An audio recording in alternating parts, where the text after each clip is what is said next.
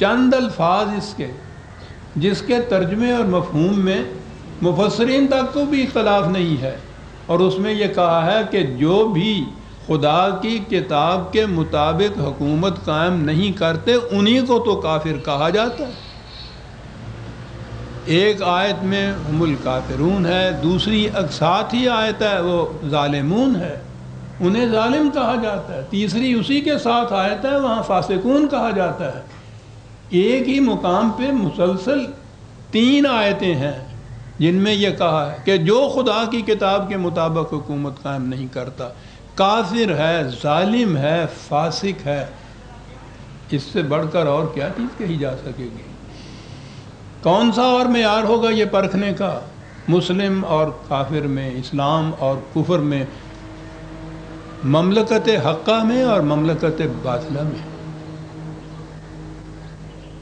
نبی اکرم صلی اللہ علیہ وسلم کو سب سے پہلے یہ حکم خود دیا گیا، یہ ان آیات کے نزول کے بعد، یعنی ویسے میں سمجھتا ہوں اپنے طور پہ کہ اس کی ضرورت نہیں تھی، لیکن اللہ تعالیٰ نے اس کی وضاحت کے لیے کہ اس سے نبی بھی مستثنا نہیں ہے، حکم دے دیا فَاحْكُمْ بَيْنَهُمْ بِمَا أَنزَلَ اللَّهُ 5/48۔ اے رسول ان لوگوں میں خدا کی کتاب کے مطابق حکومت قائم کرو۔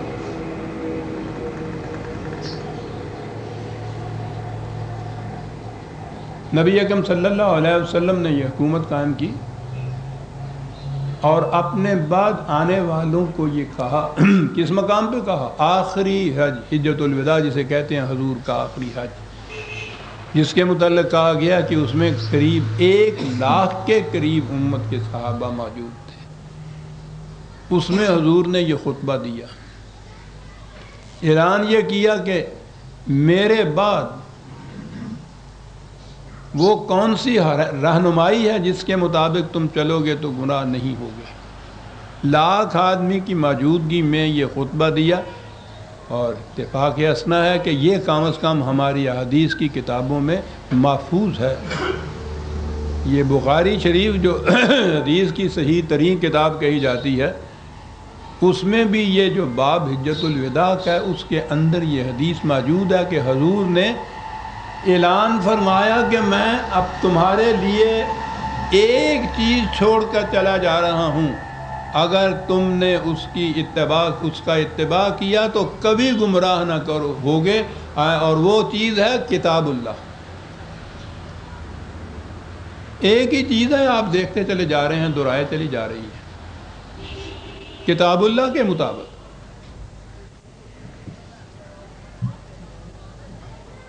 ایک تو حکومت ہوتی تھی مثلا فرعون نمرود کی، یا سیکولر گورنمنٹ جسے کہتے ہیں، کہ انسان اپنی مرضی کے مطابق حکومت کرتا تھا۔ لیکن سب سے زیادہ جو ادوار آئے ہیں حکومت کے، وہ مذہب کے نام پہ، خدا کے نام پہ حکومت کرنے والے یہ مذہبی علماء اور مشائخ تھے۔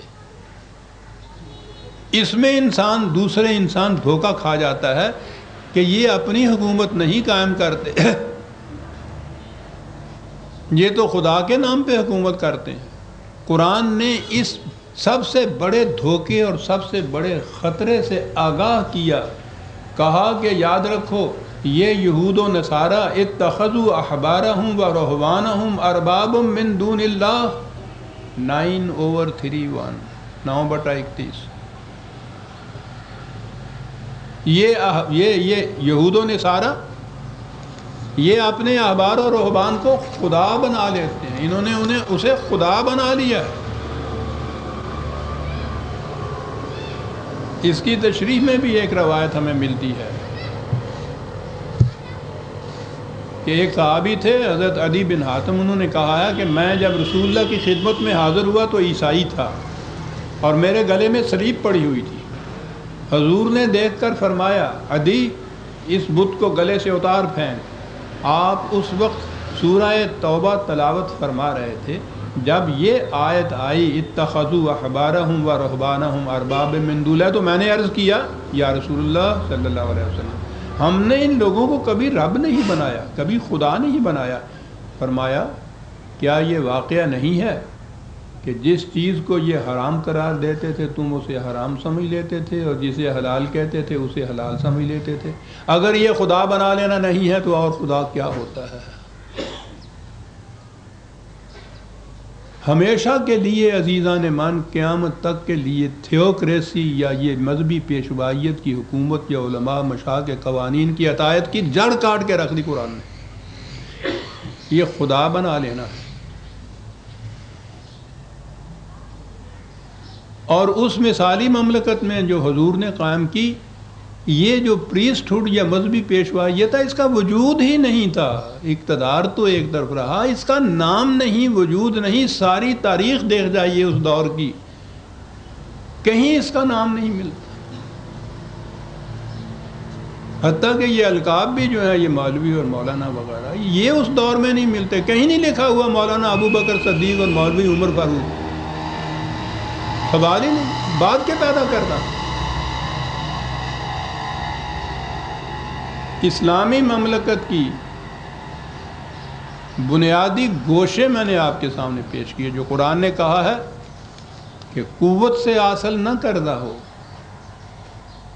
قرآن کے اتباع اور اطاعت سے وہ ملتی ہے مملکت، حسن کردار سے ملتی ہے، پاکیزگی سیرت سے ملتی ہے، ایمان و اعمال صالحہ سے ملتی ہے، اور اس کے بعد قرآن کے احکام و قوانین و اقدار و اصول کو نافذ کرنے کے لیے وہ مملکت قائم کی جاتی ہے۔ مقصد یہ ہوتا ہے، قرآن کے اصول و اقدار وہ اصولی حیثیت سے دیے ہیں قرآن نے، وہ حدود مقرر کرتے ہیں جن کے اندر رہتے ہوئے یہ مملکت ان اصولوں کو، ان قوانین کو نافذ کرنے کے طریقے وضع کرتی ہے۔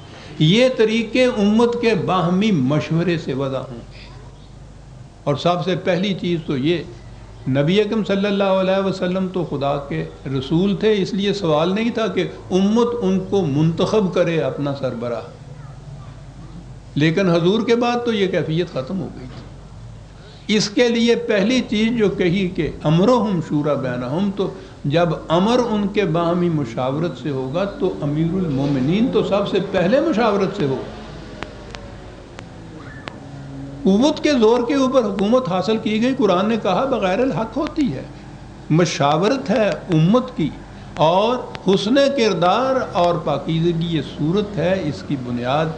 مقصد اس کا ہے کتاب اللہ کے احکام و اقدار کو نافذ کرنا، اور احبار و رہبان کے بنائے ہوئے قوانین ان کو کاٹ کے پھینک دینا۔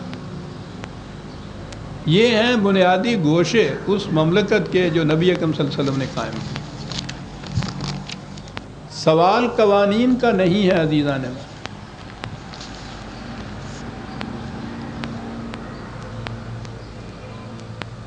سوال یہ ہے،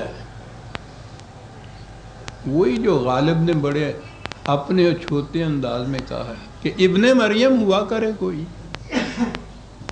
میرے دکھ کی دوا کرے کوئی۔ مملکت بجائے خیش مقصود بھی ذات نہیں ہے کہ وہ قائم ہو گئی، خواہ اس طریقے بھی کیوں نہ قائم ہو۔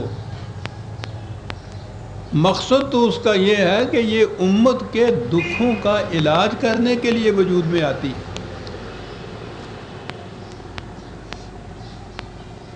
یہ جتنے قوانین آپ اس کے متعلق کہتے ہیں، وہ در حقیقت ان کے دکھوں کا علاج ہے، وہ ان کے زخموں کا مرہم ہے۔